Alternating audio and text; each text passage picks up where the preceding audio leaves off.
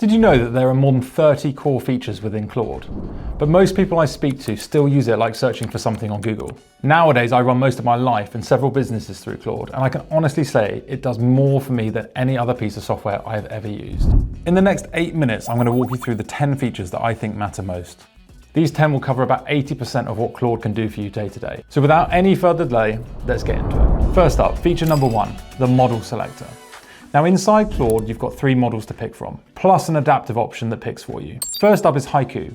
It's the cheapest model to use, but cheap doesn't mean it's not powerful. It's ideal for fairly simple tasks that you need done at scale. For example, when you've got 50 support tickets to classify or a folder of podcast transcripts to tag. The same simple job, but repeated over and over. The next model is Sonnet. It's like your all-rounder or your jack of all trades. Whether it's daily work or drafting an email or summarizing a meeting, it's the one to use as default. I use Sonnet as my starting point, unless I've got a very good reason not to. And then finally, we've got Opus. Use this when the task is difficult, or where you need the kind of analysis where deep reasoning is required. I use Opus mostly when building software using Claude Code, something we'll come onto in another video. It is the most expensive model to use, but it is powerful. Choosing the right model for your task is worth just as much as the prompt you give it, so make sure you pick the right one. Feature number 2, projects.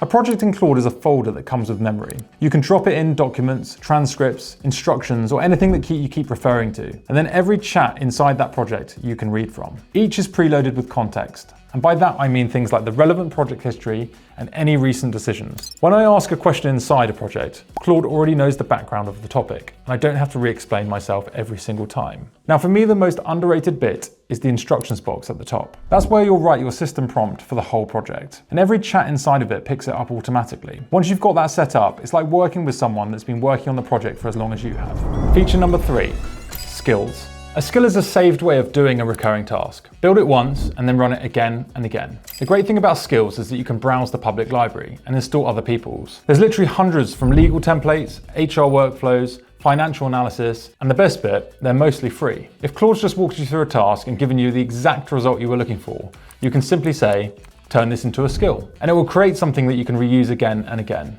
And to be honest, that's how I create most of my skills. One skill I created that I use a lot is my TLDR skill, which will basically just summarize something for me when it's, well, too long. Feature number 4, connectors, and specifically Gmail and Calendar. A connector plugs Claude into your work tools. There are quite a few: Slack, Notion, Drive, GitHub, but Gmail and Calendar are the two that are the most common ones that I use daily. Once Gmail is connected, Claude's inbox search is smarter than Gmail's own. You can ask it a question in plain English and get the thread. It can also draft replies in your own voice once you've shown it a few emails. I used this just the other day to pull out a load of expenses and match them against receipts I had, and it honestly saved me hours. I'll also use it to get Claude to analyze where I'm spending my time and to rejig my diary when I've got to make room for something. Now I know what some of you are thinking. I don't trust it with my email and calendar. I hear that a lot, but unless you're some sort of spy or government agent, there are far worse things you could be worrying about. And in my view, Claude is very strong on permissions.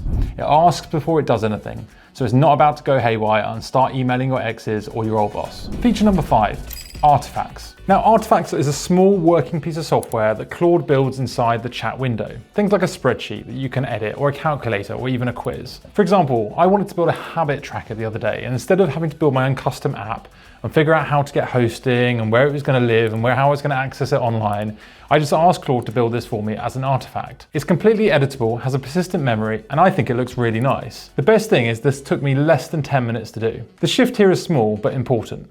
Claude stops being a thing that you ask questions to and starts being a thing that you work with. Feature number 6, the Chrome extension. Now once installed, Claude can read whatever tab you're on. It can click things, pull data out, and summarize what's there. I used this just yesterday to do some product research.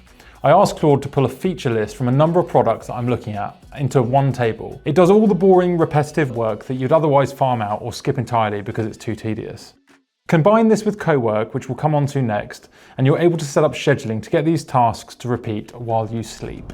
Feature number 7, Cowork. Everything else in this video happens in a chat window. Cowork is different. It's a desktop app where Claude works directly on your computer with your files, but with your permission. You point it at a folder on your machine and it gets going. Opening files, reading them, editing them, making new ones. And it works through the whole job itself rather than feeding it one thing at a time. 2 things make it stand out.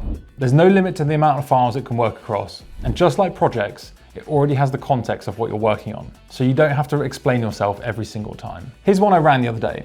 I had a folder of hundreds of photos, but no order to any of it. And I pointed Cowork at it and asked it to go through every image, work out what was in each one, and sort them into specific folders. It opened them one by one, and it did the lot. A job I'd never have sat down and done myself. It will also run jobs on a schedule you want. So if you want a daily digest email at 8 AM, this is exactly where you can set this up. The one downside, your computer has to be on.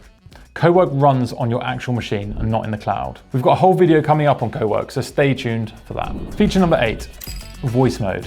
The average person types at about 40 words per minute, and you can speak at around 150. AI transcription has become so good now, it's pretty much real time. I actually find myself talking to my computer now more than typing, and although that can feel a little weird at first, it's great when you want to be hands-free or just ramble at Claude and give it the full background. For me, it's the fastest way to get something that's roughly formed in my head into a state that I can actually do something with. There are a bunch of other tools like Whisperflow or Super Whisper, and I personally use Whisperflow day to day, as you can use it across multiple apps. But Claude's voice mode is perfect from when using it within Claude. Feature number 9, Claude Code. And this one also earns its own video later on in the series, so I'm going to keep it short here.